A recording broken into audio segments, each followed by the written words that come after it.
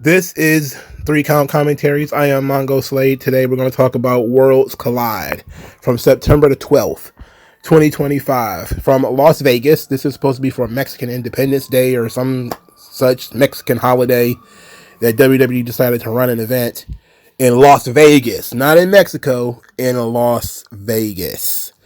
So we're going to talk about this. We're also going to talk about CMLL run into the Mexican government and getting the Made in Mexico seal of approval. Like anybody gives a shit. We're going to talk about that later, though. We're going to talk about Worlds Collide, which I believe is the weakest WWE AAA show. And part of it is because it's a 3-hour show that happened after SmackDown. So most people had watched both shows. And having SmackDown as a lead into this is fine, except this show was very long, and I think it got real soft in the middle. I think it was real soft in the middle, and having people watch 5 straight hours of wrestling is a whole lot. So some people may have skipped skip SmackDown and watched this. I don't know many people who would have done that, and some people would have just watched this and didn't watch SmackDown. Which, that's the same damn thing. Or maybe they watched SmackDown and they didn't watch this because they don't know enough of the talent, which actually harms AAA in the long run. But ultimately, I think one of the biggest problems here is that there was 20 minutes between when the show started and when the first match got in the ring. The first few minutes was national anthems. They did the Mexican national anthem, then they did the American national anthem. Then there was Penta, who cut a long promo, basically just saying he wants to be the AAA Mega Champion because he's never done it before. Again, TKO is very much trying to elevate championships in Mexico, when that's not really what Mexican wrestling is about. Mexican wrestling is very much about personal feuds, and these personal feuds ending up with guys losing their masks and guys getting their head shaved. Humiliation. That's kind of what Mexican pro wrestling is all about. And they've gotten away from that, which is problematic. But then again, there's a difference between the regular AAA TV, WWE TV, and Worlds Collide. Worlds Collide is AAA guys learning how to do tags, which is hilarious. All right, let's get into the first match. Octagon Jr., Mascarita Sagrada, Laredo Kid, and La Parca versus Lince Dorado, Cruz del Toro, Joaquin Wilde, and Mini Abismo Negro. Man, what a fun popcorn match. You didn't have to put too much thought into it. It's basically just a thrown together 8-man tag, which I'm not really a huge fan of because, again, I like for things to be progressed in storylines here, but it was a showcase to show off all of the lucha guys that they have. I don't know if these guys are under contract or not, but they wanted to show them off. Mascarita Sagrada obviously was still in the show. People are really in love with that midget. I hate midgets. I really hate midget wrestling. Like, legit. I don't like midget wrestling. We got no cool La Parca entrance, which is not fun. I didn't like that. But Joaquin Wilde did his slingshot, which was great. The LWO ended up making all of these shows. Lince Dorado has been on every one of them so far. Amazing for that guy, right? What a upswing it has become. I think he's a coach in NXT now too, so he's still doing and he does gear. He does people's masks and stuff like that, so that's pretty fucking cool. Lince Dorado is a very cool dude. Mascarita Sagrada defeated Abismo Negro Jr. Mini Abismo Negro to win the match. It was fun, but not much to it. The second match on the show, Natty, aka Natalia, defeated Fabi Apache in the number 1 contender Reina de Reinas championship match.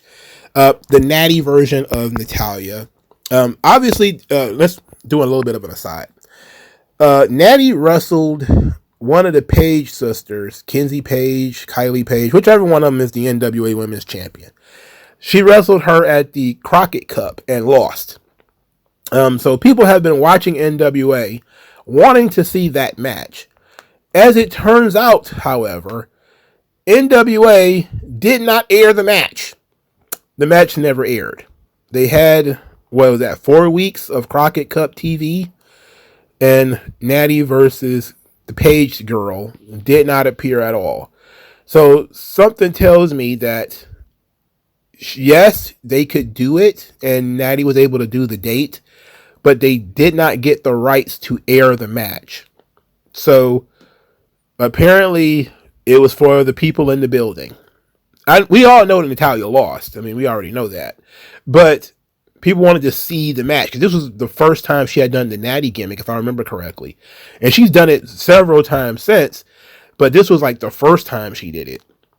And a lot of people wanted to see what it looked like. And nope, you're not going to get to see it in NWA. Well, okay, that's fine.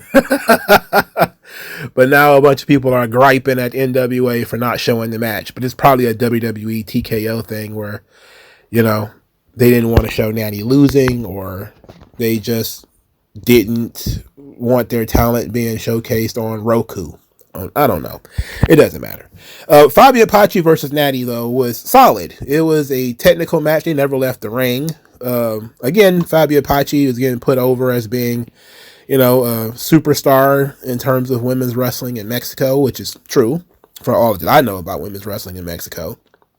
And Natty just won the match with a counter roll-up. And so she won. Kind of weird that they had sort of a very aggressive personal feud going here, and for the match to end in a way where Natty just kind of rolled her up. Okay. But this is Natty again doing her best Shayna Baszler impersonation, so all the best to her. She'll probably end up winning that Reina de Reinas title too. And it probably should. Flammer is not used on these shows. She wrestled at Triple Mania, sure, but she's barely even mentioned on these shows. Nobody really pays attention to her at all, which is very unfortunate because Flammer is fun. Los Toxicas is very fun. The third match on the show, Psycho Clown and Pagano versus not New Day. I wrote New Day because I thought it was New Day. But it was Kofi Kingston and Grayson Waller. I was wondering why Grayson Waller was all oiled up. And I was like, why is he here? Why is he present? And then he jumped on the ring apron, and I was like, wait a second. He's wrestling? I don't know if there was there a reason given? Maybe Xavier Woods is hurt. Maybe he's, I don't know. Anyway, this match was fine, but it was way too long. Look, Psycho Clown is a star. Everybody loves him, of Hispanic descent. But this match was way too long. I was about to say probably too long. No, it was too long. It officially went into too long territory. But Psycho Clown and Pagano are cleaning their act up. They're making tags. Pagano is not trying to kill himself. He's actually hitting people with his dives. He's not, just smashing himself all across the floor. They're taming Pagano, which I know some people are not going to like. The big spot of the match is Psycho Clown whipping these guys with his belt and then ripping off part of his mask to scare off Xavier Woods. And that was very cartoonish because he ran literally like, Cabal's fatality from Mortal Kombat. Hey, do you guys ever play that Mortal Kombat game? What was it? 3 that Cabal was in, and his fatality is that he took his mask off and he's literally scared the soul out of your body. That was exactly what took place here, and it was extremely cartoonish in real life because Xavier Woods' soul didn't leave his body. He just literally ran up the ramp. So it was pretty chaotic. It was hilarious. Anyway, there was a crucifix pin. So that happens. And of course, Psycho Clown and Pagano are still the AAA Tag Team Champions. They were then attacked by the Wyatt Six, which the crowd really liked. The crowd were chanting for this. They loved this. So the Wyatt Six attacked Pagano and Psycho Clown. So it's official, I'm guessing, that the Wyatt Six are heels. And they're going to do tag champs versus tag champs. I like that idea. Maybe Pagano and Psycho Clown should be the tag team champions of SmackDown. Maybe they should. I like Psycho Clown and Pagano a lot more than I like the Wyatt Six. That bar is very, very low, but Psycho Clown and Pagano, they both passed it. I liked them before the WWE purchased the company, so I'm not mad at it. The Wyatt Six, however, we'll see if they do title for title, though. I don't like that Los Garza has been moved on from. I think they did a really good job as AAA Tag Team Champions. I think they should be featured more. I also think if you're going to do these Worlds Collide shows, you need to get Andrade on these shows too. Guys like Andrade and Phoenix and Penta, they should be featured on these shows a lot more than they are. But these shows have been vehicles for people like Natalya and the LWO and Finn Balor. Next match, Finn Balor and Roxanne Perez versus Mr. Iguana and Lola Vice. The storyline is that Lola Vice is trying to woo Mr. Iguana away from La Hydra. La Hydra and Mr. Iguana are the mixed tag team champions, and he's stuck between these two incredibly thick Latinas. La Hydra has not wrestled on a WWE show yet, if I don't remember. I don't think she has. She's been replaced by Lola Vice every single time. So most people don't really understand the story because they don't really see La Hydra. And Finn Balor came out to shield Demonito, which is a $99 puppet, and versus La Yesca, which is a $60 puppet. So this is the puppet battle in a mixed tag match. And if you bought both puppets, you spent $150 on both puppets. TKO doing their thing, brother. They're doing their thing. And that was the theme of this match, however, is that La Yesca is afraid of Demonito. And that was it. I mean, the human performers, they were just there to fill space. The real story was between the two puppets of Finn Balor and his puppet intimidating La Yesca. And they did something that was incredibly silly in this match, where Demonito and Finn Balor are outside the ring. Mr. Iguana hit the ropes and then threw La Yesca at Demonito and knocked Demonito out of the hand of Finn Balor. It was supposed to be that La Yesca did a tope suicida on Demonito.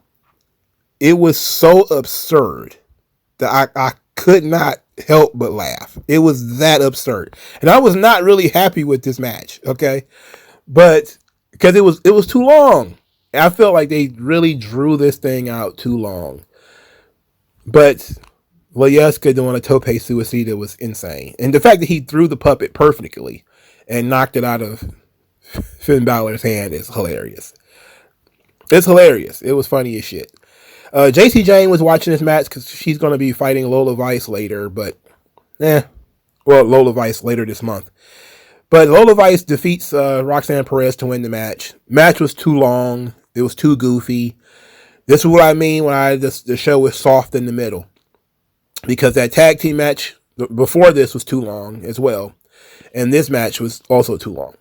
Fatal 4-Way for the Latin American Championship: Dragon Lee, JD McDonough, Ethan Page, and El Hijo del Dr. Wagner Jr., otherwise known as Dr. Wagner 3G or Dr. Wagner III.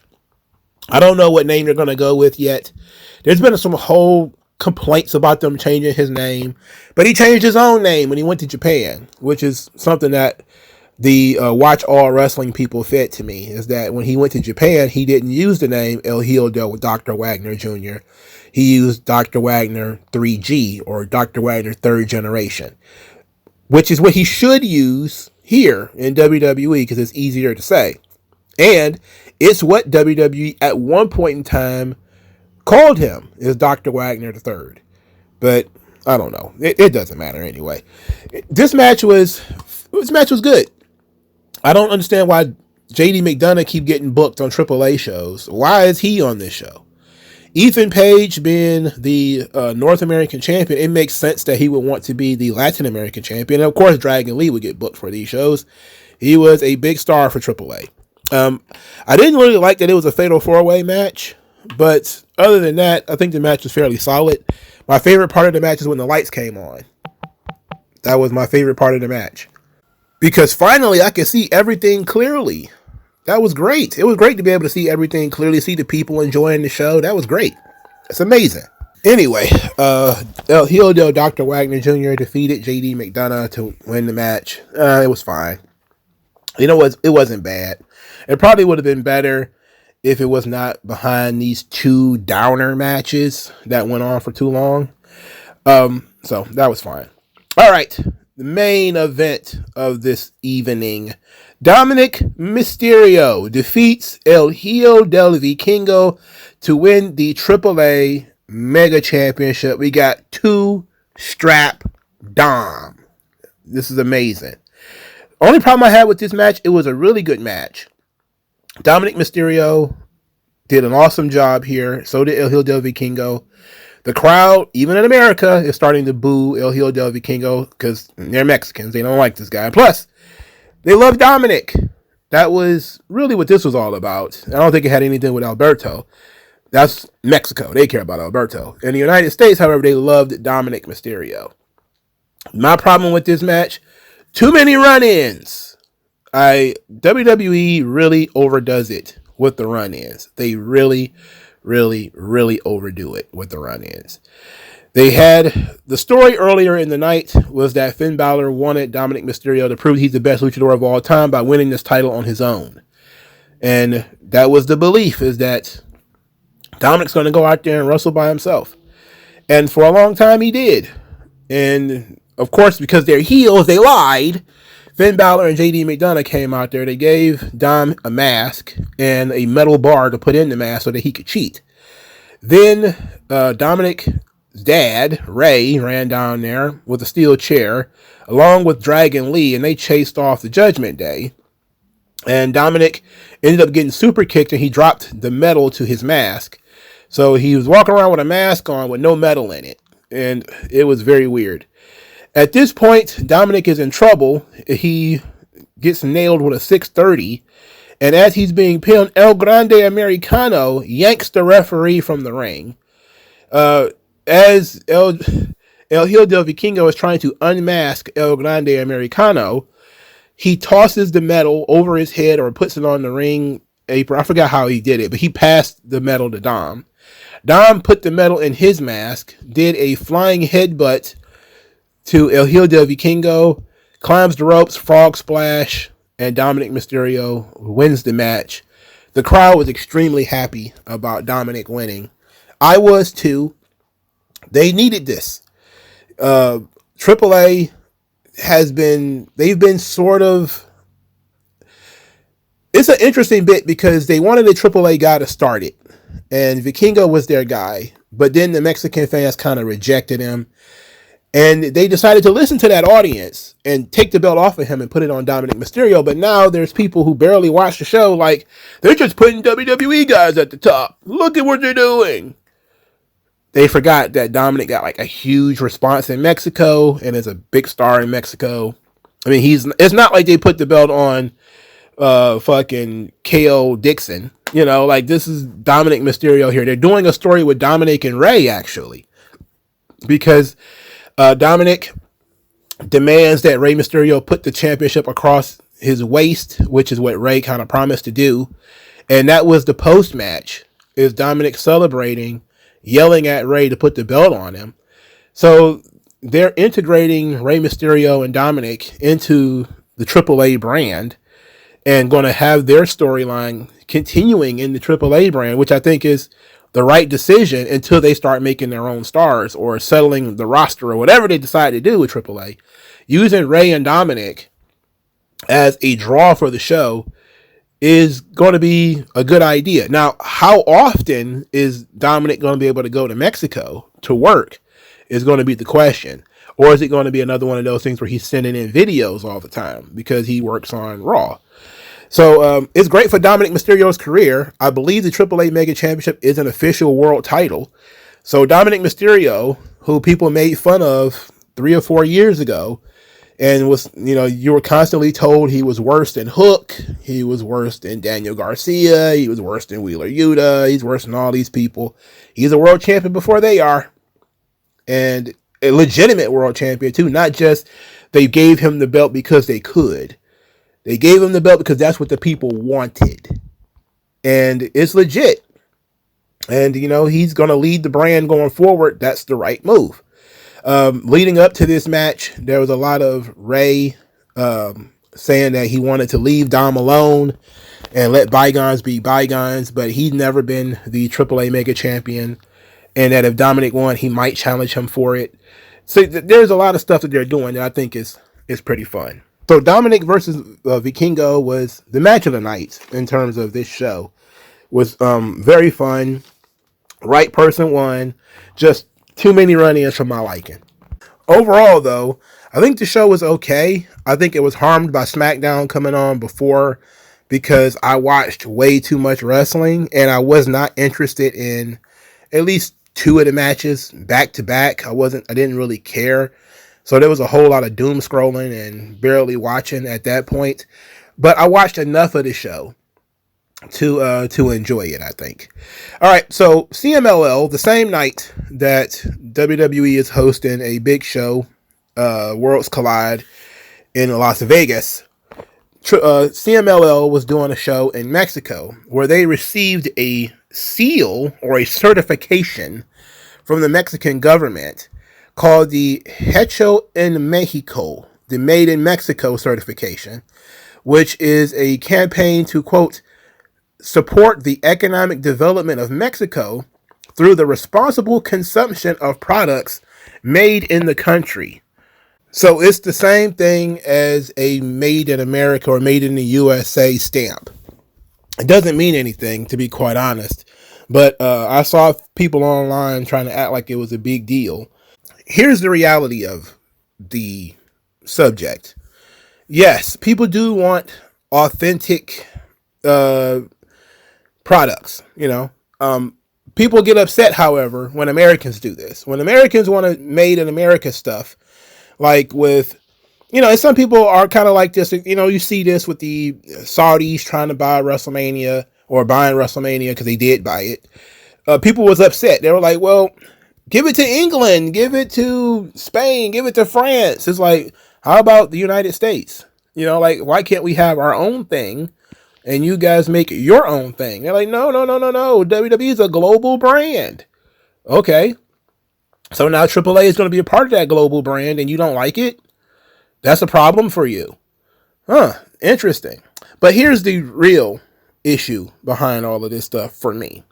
Conan did an interview where he talked about a lot of luchadors struggling in Mexico, financially, because it's a tough country to be in.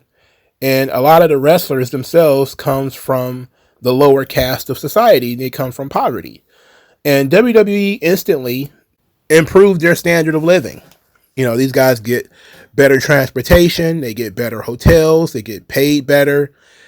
Now, that's a real benefit to the talent. So in this conversation, we're talking about somebody who is trying to make wrestling specifically for a nationalist audience, which is fine. I don't have a problem with that. But then you also have people who are definitely upgrading the lifestyle of the wrestlers that wrestle for them. Now, obviously, we don't know how long this is going to last, whether this is temporary or maybe it's now because there's not a lot of these guys. But once they start getting this thing up and running, maybe, things will change. Especially the way TKO likes to pinch pennies. But for right now, the wrestlers are being treated better under the WWE than they were under the original AAA. And that's good for the boys. So it's amazing to me that there's fans out there who care about the boys. And they care so much about talent and talent pay until the talent is getting paid by people they don't like. Whether it's WWE, whether it's the Saudis or whatever. You care about talent pay until you don't. And then all of a sudden, national pride matters. Oh, this thing being authentically Mexican matters. All these people start waving American flags when WWE goes to Saudi Arabia. Every other time, the flag is cringe and pro-American wrestlers are cringe. But now when it's talking about Saudi Arabia, it's, oh, why not just do it in, you mean tell me you can't find another American city to do it in? Shut up. You guys are full of shit. All right. I don't really care about CMLL getting a stamp of approval from the Mexican government. It doesn't mean anything to me. I'm not Mexican.